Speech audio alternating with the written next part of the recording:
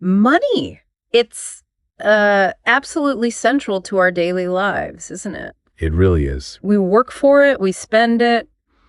It's just integral to how we function. Completely. So if money is this important, shouldn't we be, giving deep thought to how we handle it, especially when it comes to giving? That's a critical question. Today, we're embarking on a deep dive into what we're calling the heart of giving. Mm-hmm.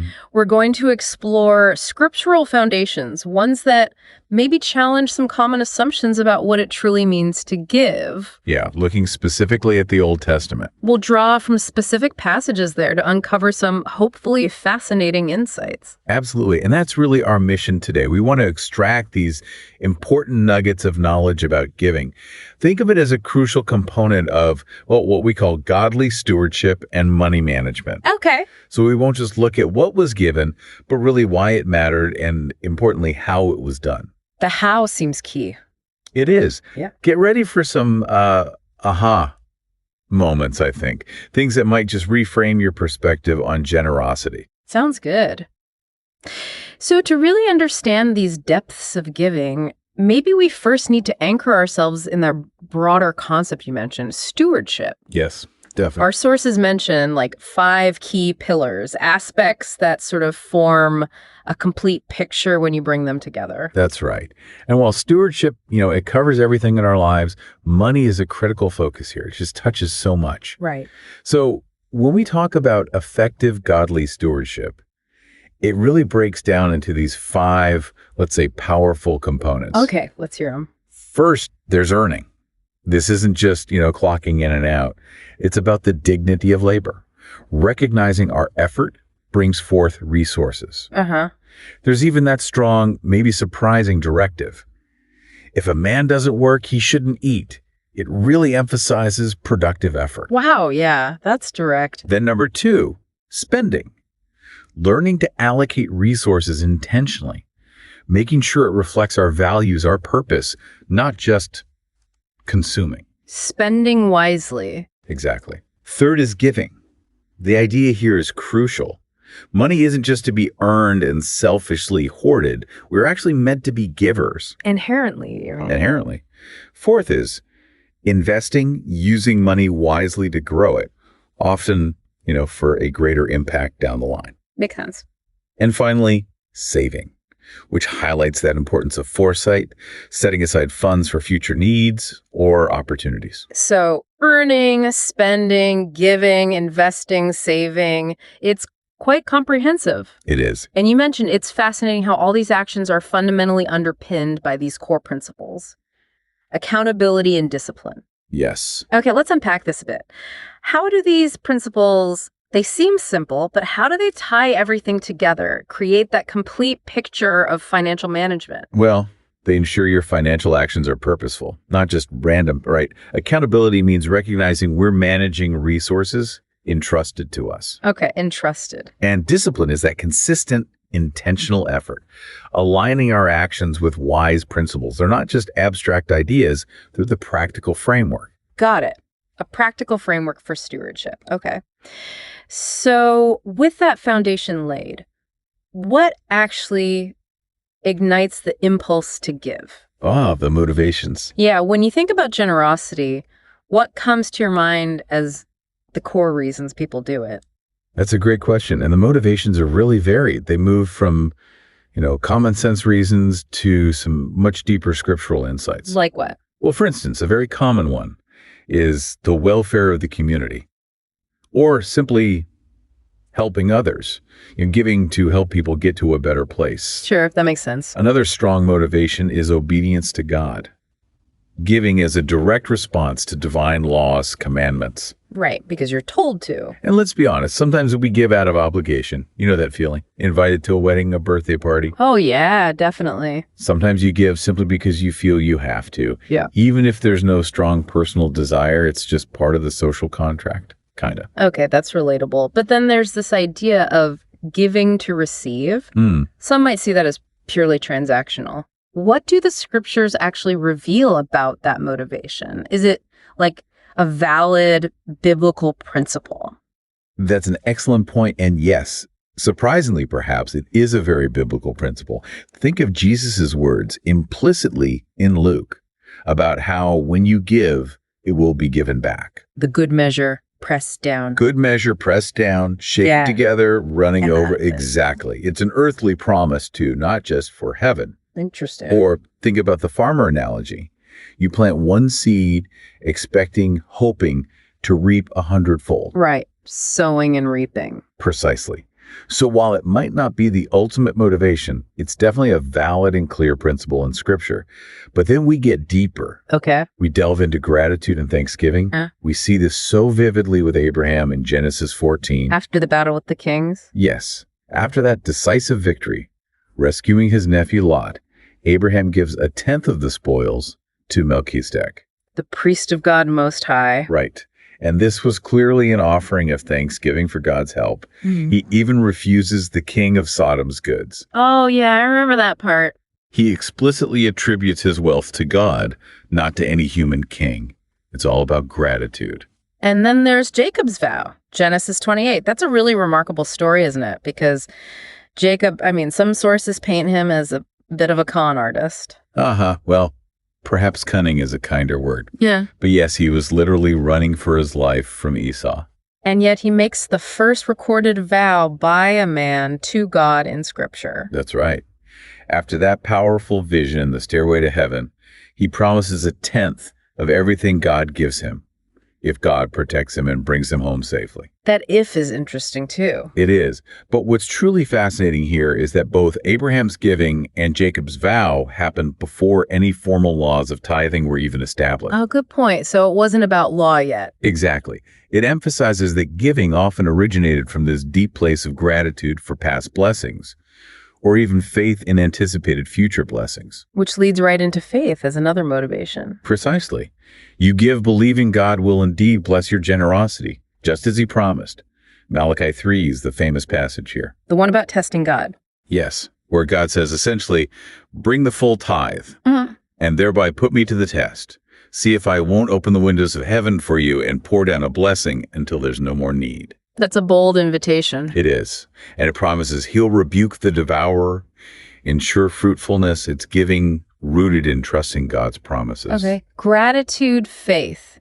And then you get to what feels like the peak. Love.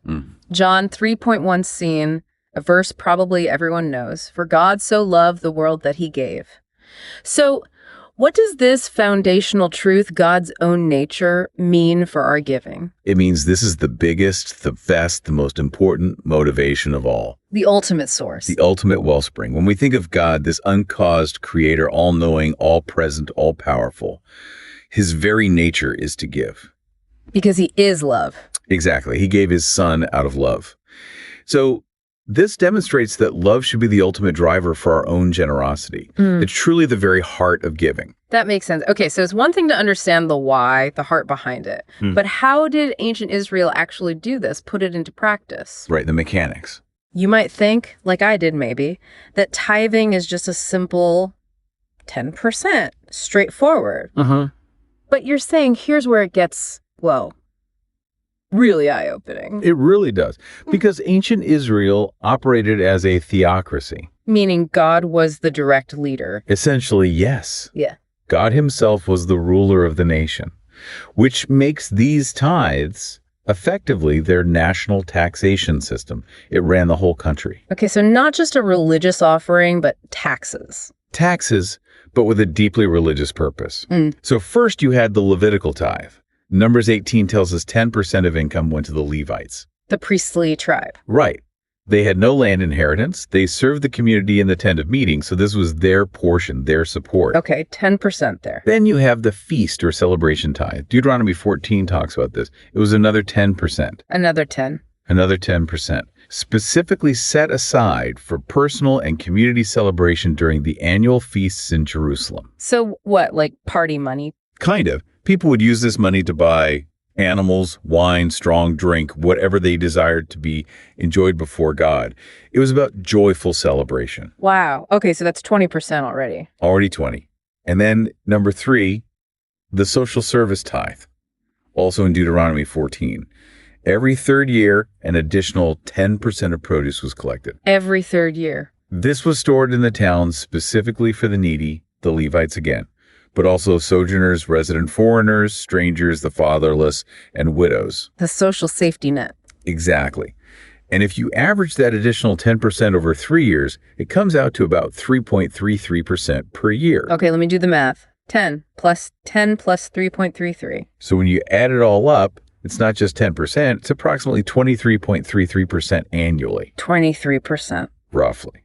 And that's not even counting other contributions. Things like leaving the edges of your fields unharvested for the poor to glean. Right, gleaning laws. Or the temple tax, which we even see mentioned in Matthew during Jesus' time. Wow. Okay, that 23.33% figure is genuinely astonishing. It completely reshapes what tithing meant back then. It does. So, consider this, listener. In our modern societies, our taxes fund social services, government functions, maybe even some public celebrations. Mm-hmm. In ancient Israel, this comprehensive system of tithes covered basically all of that. It was their whole system. So this deep dive, it isn't just, dry ancient history. It helps us really grasp the context, the multifaceted purpose behind these commands. It was a complete financial ecosystem. Well said.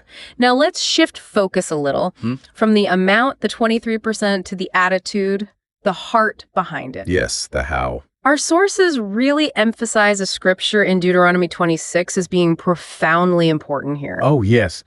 Deuteronomy 26, verses 1 to 11. It details the first fruits ritual, and it reveals so much about the mindset. How so? Well, first off, it wasn't a robotic act, not just dropping something in a basket. When bringing the first fruits of the harvest, the giver had to make a deliberate declaration to God. Like a speech. Like a speech. Acknowledging their arrival in the promised land, remembering God's faithfulness in bringing them there. Then, verses 5 to 10, the giver actually recited this personal testimony, their history with God. What did they say? They recounted being descended from a wandering Aramean, then slavery in Egypt, crying out to God how God delivered them and brought them into this land flowing with milk and honey. Wow, that's very personal, a direct, prayerful speech to God. Exactly. It shows that giving wasn't just praise, though it included that. It was a profound act of worship. Thoughts, words, actions, all focused on worship. And yielding your will, too. Yes, that sense of yielding, saying, not my will, but yours be done, and recognizing that everything you have truly comes from God. Okay. And to top it all off, the ritual concludes with rejoicing. Rejoicing with the Levite and the sojourner who were among them. It was meant to be joyful. That first fruits principle itself is incredibly powerful, isn't it? It is. It suggests maybe placing God first, right off the top, not giving him the leftovers or an afterthought. That's the idea. He is first. It makes me think of that story from our sources about the wealthy businessman. The contract. Yeah, who always looked for excuses to minimize his giving, despite, huge wealth, multi-bedroom house, luxury cars. Right. He gave only this afterthought contribution, a tiny amount, really, just lacking any genuine appreciation for how he got there. A completely different heart. And then consider the free will offerings we read about in Exodus chapters 25, 35, 36. For the tabernacle. For the tabernacle construction, Yeah. Yes. These contributions weren't driven by law, not part of the 23%.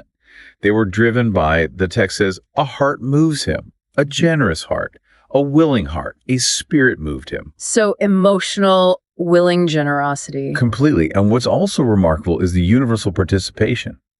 Everyone could give something. Not just the wealthy. Not at all. From gold and silver down to fine linen, goat's hair, wood, God enabled everyone to give something. It showcased that the size of the gift mattered less than the heart behind it.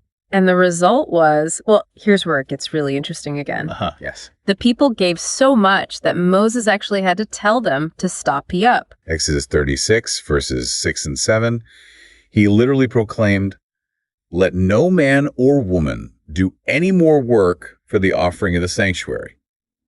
They had more than enough. More than enough. And this was over and above the required 23.33% system we talked about. Way over and above. So their mindset clearly wasn't, okay, what's the minimum I have to give? Not at all. It was more like, How much can I give from this generous heart filled with joy, thanksgiving, acknowledgement, wonder? Exactly. It was truly overflowing generosity, a real testament to that deliberate heart of worship. So, wrapping this up for today, this deep dive into Old Testament giving, it really reveals it was far more than just, a duty or a fixed percentage. Much more. It was a profound, deliberate act, rooted in gratitude, in faith, and ultimately, most importantly, in love. And it was the actual taxation system of a nation. Yes, but executed with this incredible heart of worship and deliberate acknowledgement. The Old Testament really laid this incredibly rich foundation, didn't it? It truly did. And I guess New Testament giving then builds upon this heart of giving principle, moving maybe beyond simple obligation to an even deeper desire. That's a great way to put it, and something we can explore further. But for now, as you, our listener, reflect on all this, maybe consider your own approach to giving. Mm-hmm. Is it perhaps an afterthought, maybe a grudging obligation sometimes? Or is it becoming more of a deliberate act? An act of worship, of remembrance, of overflowing gratitude for what you yourself have received. That's definitely something to mull over. It connects right back to that core idea, the heart of giving.